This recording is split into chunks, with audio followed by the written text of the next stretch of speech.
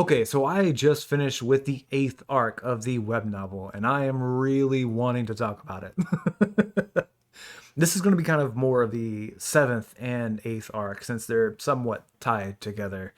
And I'm going to be avoiding spoilers for the actual story, and I'm not going to go into details of any of the events or anything. So if you're not caught up to that point, or if you're an anime only watcher, then don't worry, I'm avoiding all of that.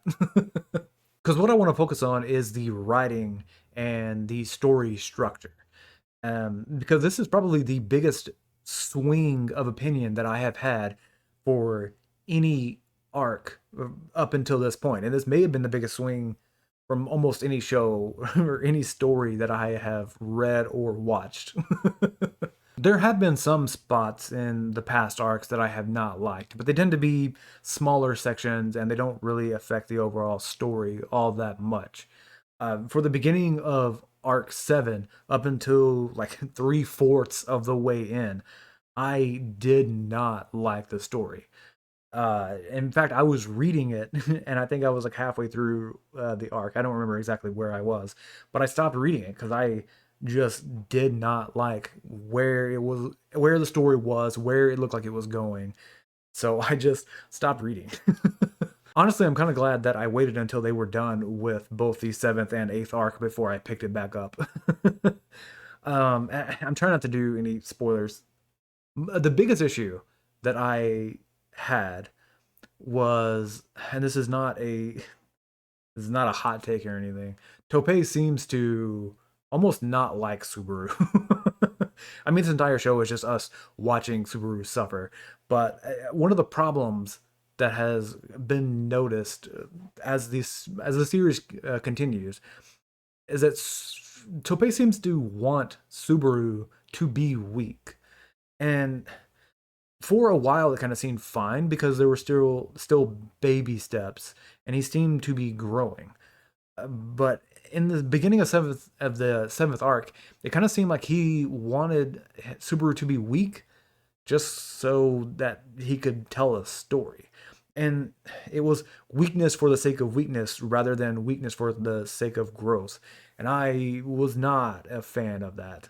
By the end of the seventh arc, things were starting to snap into place. The overall story was getting a little easier to see. And the points that I didn't like before then were starting to make a little more sense. I still wasn't a huge fan of them, but there was at least some reasoning behind them. And then we get into the eighth arc, and more details are getting put in, and my view shifted even more. All of a sudden, I could see why everything was happening the way it was happening, and I was glad that it happened that way.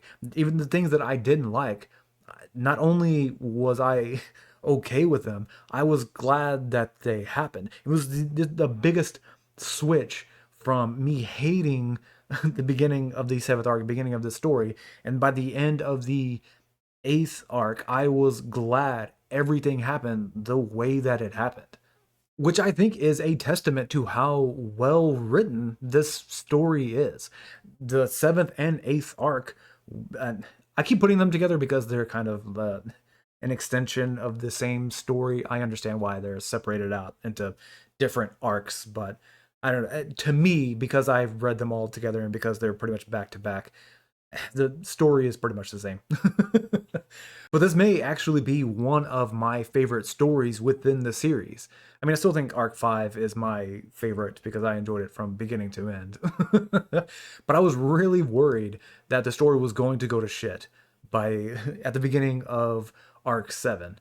So being able to write a story that I absolutely hated at the beginning and then just absolutely loving by the end of it gives me a lot of hope that the rest of the story, the any arcs after this, are going to be great. But I am getting old, so hopefully he finishes the story sometime before I die.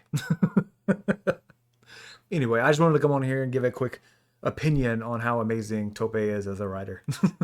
See ya.